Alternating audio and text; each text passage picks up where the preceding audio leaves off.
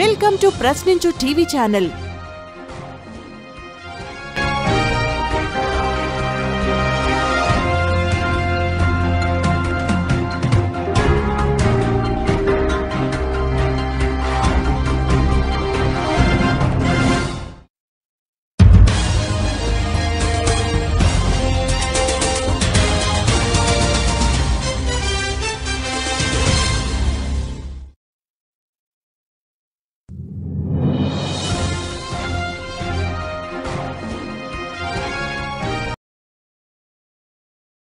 Early morning Aluru నుంచి ఆదోని వచ్చే Lakshmavva arch దగ్గరలో మనకి బొలెరో మహేంద్ర పికప్ వెహికల్లో ఏపీ 39TU886 వెహికల్లో 80 బాక్సులు కర్ణాటక లిక్కర్ అక్రమ రవాణా చేస్తూ ఆదోనికి పట్టుబడటం జరిగింది.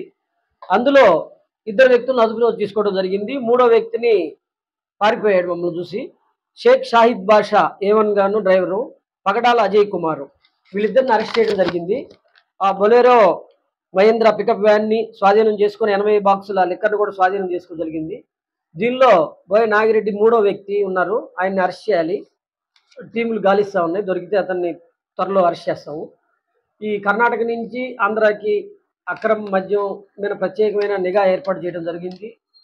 గతంలో పాలసీలో ఉండే ప్రాబ్లం వల్ల విచ్చలవిడిగా కర్ణాటక నుంచి మనకు సప్లై జరిగింది. దాన్ని అరికట్టడమే లక్ష్యంగా ప్రత్యేకమైన టీంను ఏర్పాటు చేయడం జరిగింది.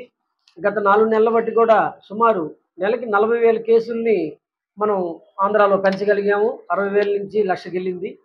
సో అంతే, గతంలో ఈ రెవెన్యూ తగ్గినట్టే గవర్నమెంట్కి. సో ఇప్పుడు దాన్ని ఏమాత్రం తగ్గకుండా, మన సేల్ తగ్గకుండా అక్రమ మద్యాన్ని పూర్తి స్థాయిలో అరకట్టడం జరుగుతుంది.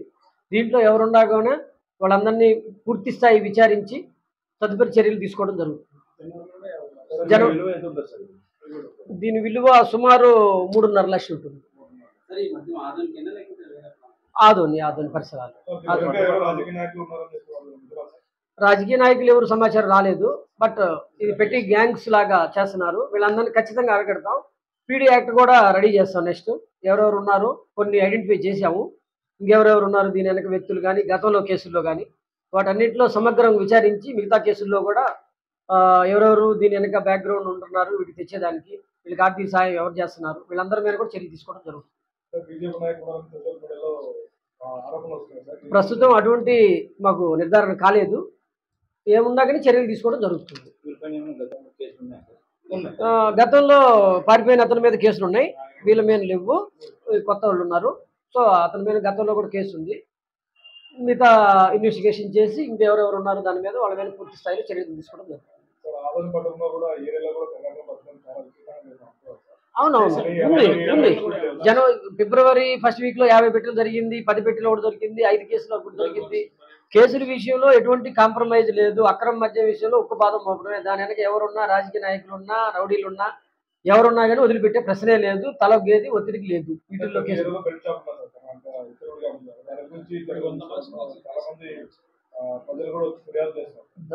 ప్రజలు ఫిర్యాదు చేసేదాకా కూడా మేము ఉండము. మేమే ఇన్ఫర్మేషన్ సేకరించి పట్టుకుంటున్నాం. మాకు ప్రత్యేకమైన ఫిర్యాదులు రావట్లా, బట్ మేమే నిఘా పెట్టి వీటిని కంట్రోల్ చేస్తున్నాం. మనకు ఉదాహరణ ఇక్కడే 250% పెరిగింది సేలు ఆదోన్లో గత 4 నెలలు బట్టి కూడా. గతంలో ఉన్న సేల్కి పోయిన సంవత్సరం ఈ సంవత్సరం 250 పెరిగింది, కానీ ఇంకా ఉందనేది మాకు అభిప్రాయం.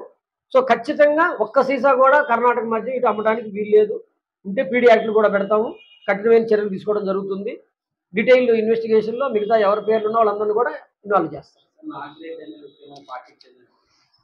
అవన్నీ తర్వాత విషయాలు. ఇప్పుడు ఒక్కొక్కరికి మతాలు పార్టీలు వేరు, బట్ ఇందులో నేరం ఎవరు చేశారు, ఏ పార్టీ అయినా చర్య తీసుకుంటాం. దానికి పార్టీలతో సంబంధం లేదు. షేక్ షాహిద్ బాషా, అజయ్ కుమార్, నాగిరెడ్డి. ఆదోని. ఇంకోటి మనకి డివిజన్ సరిహద్దుల్లో కర్ణాటక సరిహద్దులు 4-5 చెక్ పోస్టులు ఉన్నాయి. 5 మొత్తం అక్కడ అవి దాటి వస్తున్నాయంటే అక్కడ తనిఖీలు అంటే ఇందులో మీరు చెప్పింది కూడా కొంత వాస్తవం ఉంటుంది. మన సిబ్బంది ఉన్నారు, చెక్ పోస్టులో సిఐలు ఎస్ఐలు ఉన్నారు, లిమిటెడ్ సిబ్బంది ఉన్నారు. వాళ్ళు తనిఖీ చేస్తున్నారు. కొన్ని కేసులు కూడా పట్టుకున్నారు వాళ్ళ వైపు నుంచి కూడా. బట్ మనకి మీకు తెలియదు కాదు, వేరు రూట్లు ఉన్నాయి కదా, పోరస్ రూట్లు ఉన్నాయి. డిఫరెంట్ టైంలో వచ్చేదానికి వాళ్ళు కొత్త విధానాలు ఎందుకు ఉంటున్నారు దొంగలు. మనం కూడా కొత్త విధానాల్లో నిఘా పెట్టి పట్టుకునేది గ్యారెంటీ. ఇదైతే ఖచ్చితంగా అరికడతాం. చెక్ పోస్ట్ స్ట్రెంగ్ చేశారు సార్.